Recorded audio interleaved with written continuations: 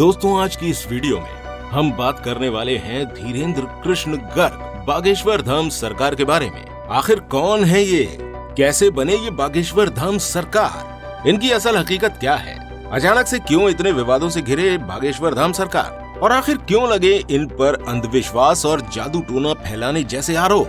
क्या वाकई इन पर लगाए गए आरोप सच हैं या फिर इसके पीछे की हकीकत कुछ और ही है। तो चलिए जानते हैं बागेश्वर धाम सरकार के बचपन से पीठाधीश्वर बनने की कहानी। सबसे पहले जानते हैं कौन है धीरेन्द्र कृष्ण शास्त्री। दोस्तों, ये बागेश्वर धाम मंदिर के पीठाधीश्वर हैं। इन्हें बागेश्वर धाम सरकार भी कहा जाता है। धीरेन्द्र कृष्ण शास्त्री का जन्म 5 जुलाई 1996 को छतरपुर जिले के गढ़ा गांव में एक गर्ग परिवार में हुआ था। धीरेन्द्र कृष्ण शास्त्री गर्ग का बचपन उनके ही गांव में बीता है। वो भी एक सामान्य गरीब परिवार से ताल्लुक रखते हैं। अपने बचपन में आसपास के गांव में वो रामचरित्र मानस और सत्यनारायण कथा सुनाकर जीविकोपार्जन करते थे। उनके पिता एक पुजारी के रूप में कार्य करते थे। कथित तौर पर शास्त्री जी को भगवान हनुमान जी ने बागेश्वर धाम सरकार के पीठाधीश्वर बनने और समाज सेवा के लिए काम करने का निर्देश दिया था। गढ़ा गांव में शंकर भगवान की एक मूर्ति स्थापित थी। पुराने जमाने से पास में ही गांव के लोग अंतिम संस्कार करते थे। यहाँ के लोग इसे एक वक्त मरघट पहाड़ी बुलाते थे। बुंदेलखंड एक पिछड़ा हुआ इलाका है और देश के बाकी हिस्सों की तरह यहाँ भी कुछ लोग तंत्र सिद्धि जैसे जादू टोना वगैरह करते हैं और वो लोग उसमें विश्वास रखते हैं। जो भी लोग परेशान होते हैं या उनके यहाँ कोई रोगी लंबे समय तक ठीक नहीं होता तो वो सारी जगह से मायूस होकर यहाँ आते हैं। लंबे समय से ये काम होता आ रहा है। धीरेन्द्र शास्त्री के दादाजी ने शंकर जी के पास ही बालाजी हनुमान की मूर्ति स्थापित करवाई थी। वो मंदिर में ही पूजा वगैरह करते थे और दादा गुरु के नाम से जाने जाने लगे। दादा गुरु के समय से ही शास्त्री परिवार का संबंध उस जगह से हुआ जिसे आज हम बागेश्वर धाम के नाम से जानते हैं। दादा गुरु के समय में भी यहाँ के इलाके में झाड़ फूक का काम हुआ करता था।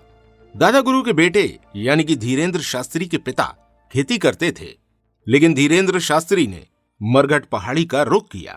उनकी शिक्षा से जुड़ी कोई जानकारी नहीं मिलती। शास्त्री जी महाराज एक पीठाधीश्वर और बागेश्वर धाम सरकार के प्रमुख के रूप में सेवा कर रहे हैं, जो मध्य प्रदेश के छतरपुर जिले के गढ़ा गांव में भगवान हनुमान को समर्पित एक हिंदू तीर्थ स्थल है।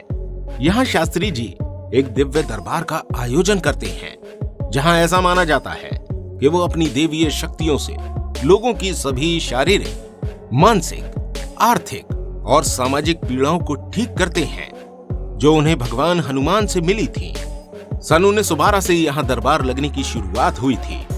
धीरेन्द्र शास्त्री ने कुछ साल पहले छतरपुर में एक प्रेस कॉन्फ्रेंस के दौरान ये कहा कि गढ़ा, जो कि इनका तीर्थ स्थान है, वहां आए और चमत्कार देखें। उन्होंने बताया कि अगर मंदिर में कोई भी बल्ब लगाया जाता है तो वो फूट जाता है, इसलिए वहां सिर्फ दिए ही जलाए जाते हैं। लेकिन इनकी इस बात पर लोगों ने ज्यादा ध्यान नहीं दिया। फिर पंडित धीरेन्द्र शास्त्री ने सोशल मीडिया का इस्तेमाल करना शुरू किया और धीरे धीरे उनकी वीडियोस वायरल होने लगी और फिर ये धार्मिक चैनल पर भी नजर आने लगे। बड़े बड़े पंडितों के साथ मिलकर ये रामायण पाठ और कथाएं करने लगे। फिर इस तरह से ये लोगों से जुड़ते गए। अब इनसे मिलने के लिए बागेश्वर धाम मंदिर में नारियल बांधकर अर्जी लगाई जाती है। लोगों का विश्वास इन पर बढ़ गया है। कहा जाता है कि ये लोगों का भविष्य बता देते हैं और उनकी समस्याओं का समाधान भी करते हैं। ये एक पर्ची लिखते हैं जिसमें भक्तों से जुड़ी पूरी जानकारियां होती हैं। साथ ही उनकी समस्याएं कब और कैसे दूर होंगी, इसको भी उस पर्ची पर लिखा होता है। इनका कहना है कि ये हनुमान जी के खास भक्त हैं और हनुमान जी का इन पर खास आशीर्वाद है, जिसके जरिए वो लोगों की समस्या इन तक पहुंचा सकते हैं और हनुमान जी के जरिए से ही उन्हें समस्या का हल बताया जाता है। ये धर्म परिवर्तन करने वालों के खिलाफ है। इनका कहना है कि ये उन लोगों के खिलाफ है जो सनातन धर्म पर उंगली उठाते हैं। दोस्तों, आए दिन इनके विवादित बयान भी सामने आते रहते हैं, लेकिन इस बार जो इन पर आरोप लगे हैं वो बहुत पेचीदा हैं। महाराष्ट्र की अंधश्रद्धा निर्मूलन समिति ने anti superstitious and black magic act 2013 के तहत ये आरोप लगाया है कि ये जादू टोने को बढ़ावा देते हैं और लोगों में अंधविश्वास भी पैदा करते हैं। यहाँ तक कि ये भी सुनने में आया था कि एक डॉक्टर के आरोप की वजह से ये अपनी कथा बीच में छोड़कर नागपुर से एमपी चले गए थे। 5 जनवरी को लगने वाला आयोजन जो 13 जनवरी को खत्म होना था, और इन्होंने 11 जनवरी में ही ये आयोजन खत्म कर दिया था।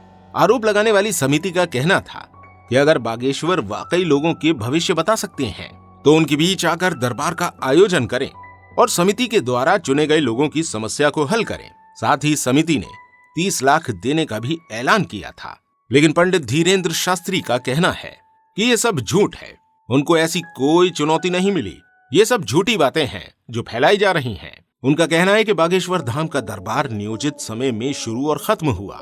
श्याम मानव और अंधश्रद्धा निर्मूलन समिति के लोग तब उन्हें चुनौती देने वहां क्यों नहीं आए? धीरेन्द्र शास्त्री ने कहा कि वो इस वक्त रायपुर में हैं, उन्हें उनकी ये चुनौती स्वीकार है, लेकिन श्याम मानव और उनसे जुड़ी अंधश्रद्धा निर्मूलन समिति को उन्हें चैलेंज देने रायपुर आना पड़ेगा। इस पर श्याम मानव का तर्क था कि वो एक न्यूट्रल जगह पर उनके दावे की असलियत परखना चाहते हैं। धीरेन्द्र शास्त्री का तर्क था कि रायपुर एक न्यूट्रल प्लेस ही है, उनका अपना स्थान तो मध्य प्रदेश के छतरपुर में है।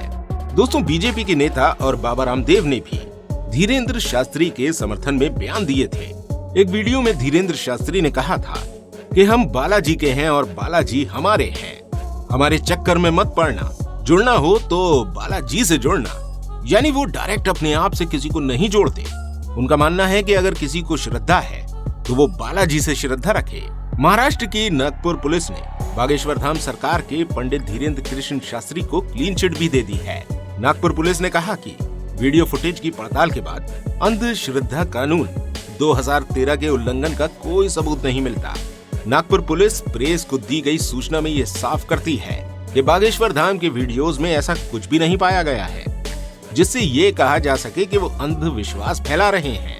बागेश्वर बाबा के खिलाफ अंधश्रद्धा निर्मूलन समिति के श्याम मानव ने आरोप लगाते हुए ये शिकायत दर्ज करवाई थी कि उनके पास कोई सिद्धि नहीं है और वो ढोंग रच रहे हैं और अंधविश्वास फैला रहे हैं और इन पर लगाए गए इल्जाम बेबुनियाद और झूठे हैं और कोई भी अंधविश्वास वो नहीं फैला रहे हैं। और उनके इस बयान पर बागेश्वर धाम के सरकार पंडित धीरेन्द्र कृष्ण शास्त्री को नागपुर से बड़ी राहत मिली है।